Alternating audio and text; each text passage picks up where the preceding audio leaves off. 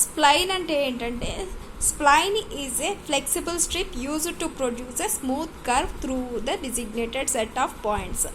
Spline అనేది flexible strip అండి that can be used to produce a smooth curve that is passing through the designated set of points, and it has small weights that are distributed along the length of the strip to hold its position on the curve. దానికి కొన్ని small weights ఇస్తాము, ఆ points కొన్ని పాయింట్స్కి small weights ఇస్తాము.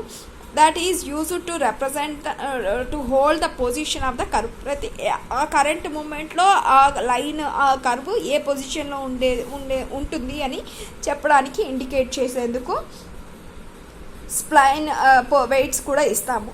2 types of splines ఉన్నాయండి. One is interpolation spline and next one is approximation spline. Interpolation spline అని అంటే the interpolation spline will pass through all, అంటే ఇప్పుడు మనకి ఇక్కడ ఏమన్నాము, all control the spline will be passing through the control points. These are control point, all the control points which will be use to produce the curved line అన్నాం కదా. ఇక్కడ మనము control points ఇవన్నీ పెట్టుకున్నప్పుడు మనకు ప్రతి కంట్రోల్ పాయింట్ నుంచి touch చేస్తూ గీసే గీతని ఇంటర్పోలేషన్ స్ప్లైన్ అంటున్నాము. జస్ట్ ఇక్కడికి వచ్చేసరికి only some control points are touched and some are left untouched. This is called approximation spline. This is approximation spline, and this is all the control points will be touched while we are drawing the curve. In the interpolation and in the approximation only some control points are touched, end points should be touched within the spline. ఈ స్ప్లైన్లో ఉన్న end control పాయింట్స్ని మాత్రం touch చేస్తూ only some control పాయింట్స్ని మాత్రమే touch చేస్తూ draw చేసే కర్వ్ని approximation spline అని అంటామన్నమాట. మనకు వచ్చేసరికి దీనిలో కర్వ్ అనేది ఏంటి అని అంటే సెట్ ఆఫ్ పాయింట్స్ అండి. కర్వ్ అనేది set of points, collection of largest collection of control points except the end points by join. అది ఏంటంటే హ్యావింగ్, ఇక్కడ చూడండి, హ్యావింగ్ నైబర్హుడ్ పాయింట్స్. ప్రతి control point is having neighbourhood points except the end points. Each every control point will having neighbourhood end points except the end points. దాన్ని మనము curve అని అంటాము. 3 types of curves ఉన్నాయి. ఇక్కడ 3 types of కర్వ్స్లో implicit curve, explicit curve and parametric curve. ఈ 3 types of curves ఉన్నాయి. Implicit curve having implicit function, దానికి ఏం ఇంప్లిసిట్ ఫంక్షన్ యూజ్ చేసి ఆ కర్వ్ని ఇంప్లిసిట్ కర్వ్ని గీస్తాము. ఆ ఇంప్లిసిట్ కర్వ్ ఫంక్షన్ ఆ ఇంప్లిసిట్ కర్వ్కి ఉన్న పారామెట్రిక్ ఈక్వేషన్ ఏంటంటే f(x,y) = 0 అనే దాన్ని. For single value of y we will have different values of x, or for single value of x we will have different values of y which satisfies the implicit function. This is also called multi-valued function అంటాం. ఏమంటాం? This is also called multi-valued function అంటాం. అలాగే explicit function ఏంటి? y = f(x). For each and every value of x we are having the y value. ప్రతి x వాల్యూకి corresponding y value ఉంటుంది. So it is a single valued function. ఇది single valued function అనమాట. Parametric curves అనేవి ఏమి అంటే it will be drawn based on the parametric equations. Parametric, for example, ఏం తీసుకున్నామంటే f = g1 and g2. t అనేది 0 నుంచి 1 వరకు వేరీ అవుతుంది. g1 and g2 are the functions of xy. The functions of xy అనేది ఉంటుంది.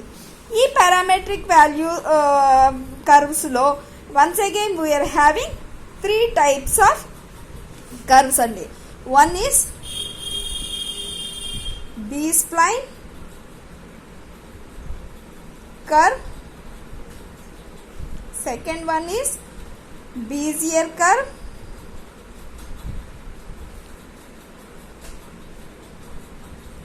and third one is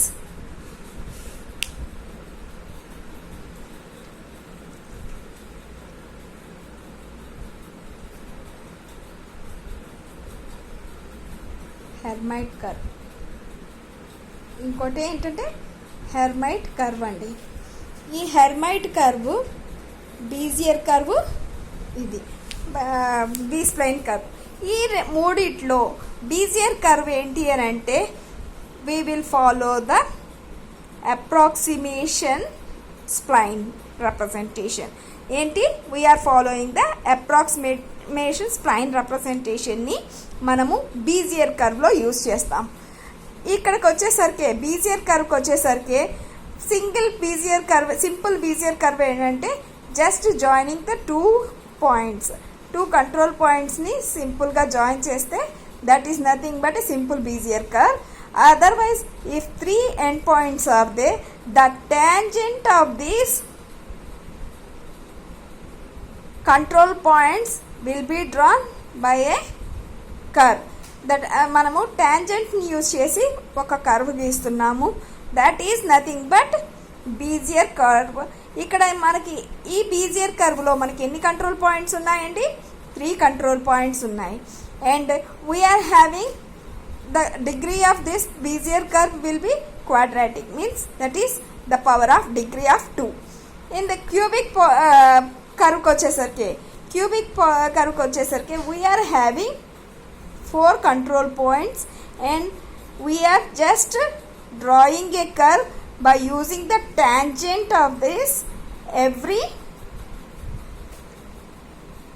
simple Bezier line. By using the tangent we are drawing a curved line like this. ఇక్కడ మనము tangent use చేసి మనము ఒక కర్వ్ని draw చేస్తున్నాం అన్నమాట. This is nothing but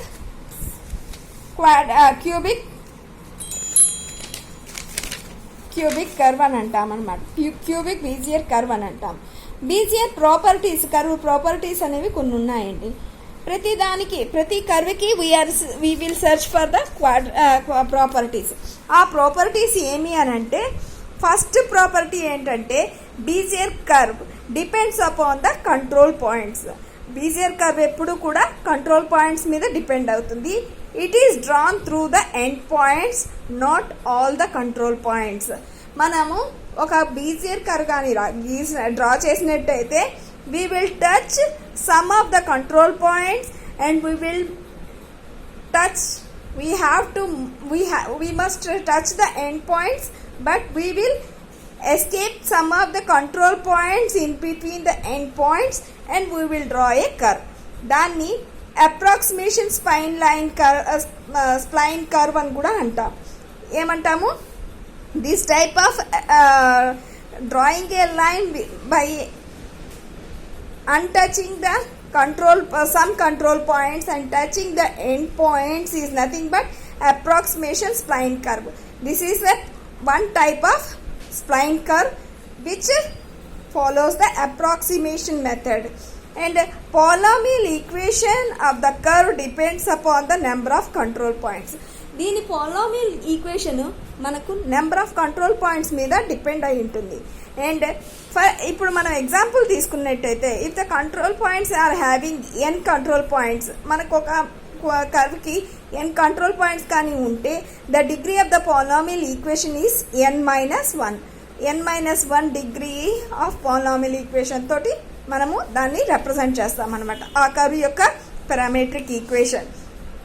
ఇక్కడ మనం ఎగ్జాంపుల్ తీసుకుంటే ఇక్కడ మనము 4 కంట్రోల్ పాయింట్స్ ఇచ్చాము. But the degree of the polynomial equation for this is n-1. అంటే ఇక్కడ 4 ఉంది, 4 - 1 = 3. The degree is 3. It is a global control curve. ఏమి గ్లోబల్ కంట్రోల్ కర్వ్ ఏమిటి అని అంటే, ఇక్కడ మనం కానీ ఇక్కడ ఒక పాయింట్ P1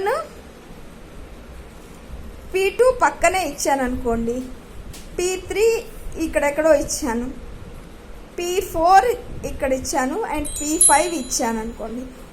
ఇప్పుడు నేను అన్ని టచ్ చేస్తూ అంటే కొద్దిగా టచ్ చేస్తే సో టోటల్ కర్వ్ స్ట్రక్చర్ మారిపోతుంది అన్నమాట. ఇప్పుడు చెప్పాలి అని అంటే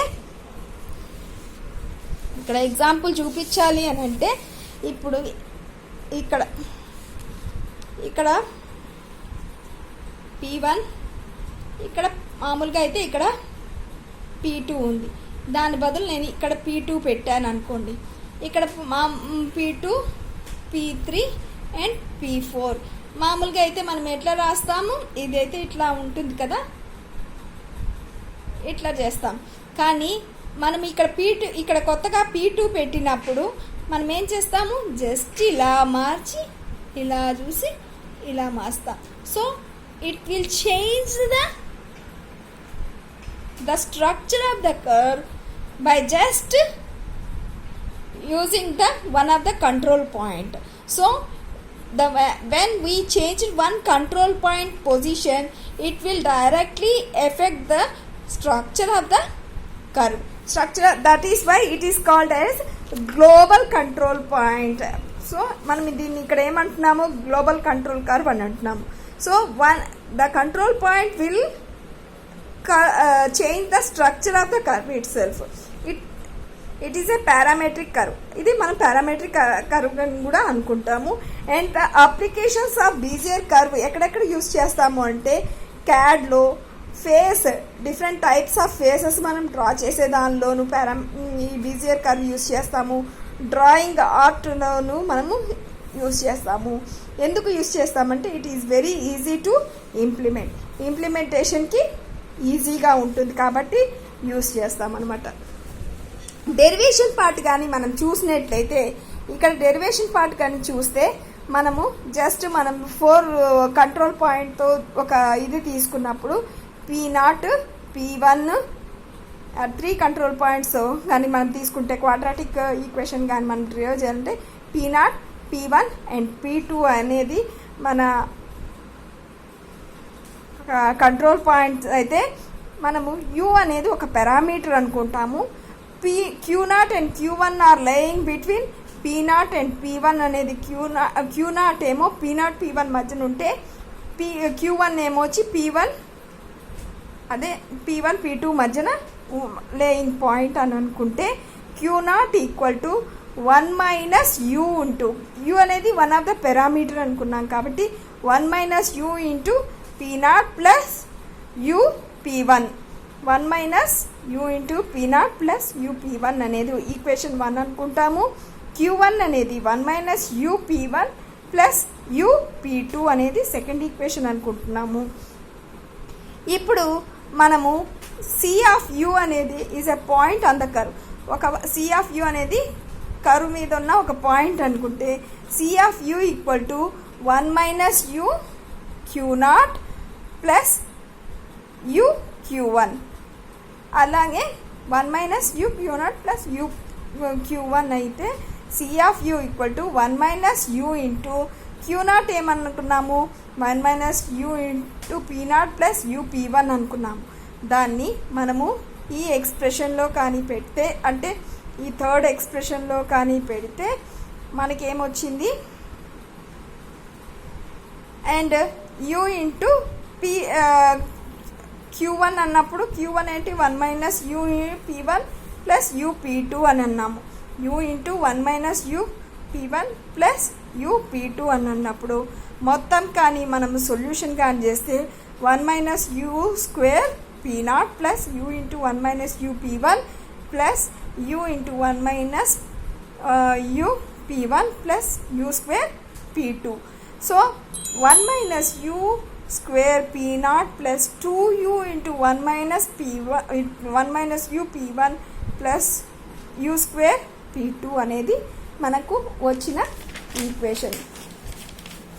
ఈ ఈక్వేషన్ని మనము బ్లెండింగ్ ఫంక్షన్గా ఎట్లా యూస్ చేస్తాము అంటే మనం బ్లెండింగ్ ఫంక్షన్ అంటే ఏంటి, whenever we will get a smooth curve by using any function at the values of x, y, z of the parametric equation, how to find అనేది by using the blending function we can specify the at any position the values of x and y. Suppose we have n plus 1 control point positions, p of k equal to x of k, y of k, z of k అనుకుంటే then positional vector p of u where u is between 0 and 1 is given by ఎలా ఇస్తున్నాము అంటే p of u equal to sigma of k equal to 0 to n p of k Bezier function of k and n of u where u is varying between 0 and 1.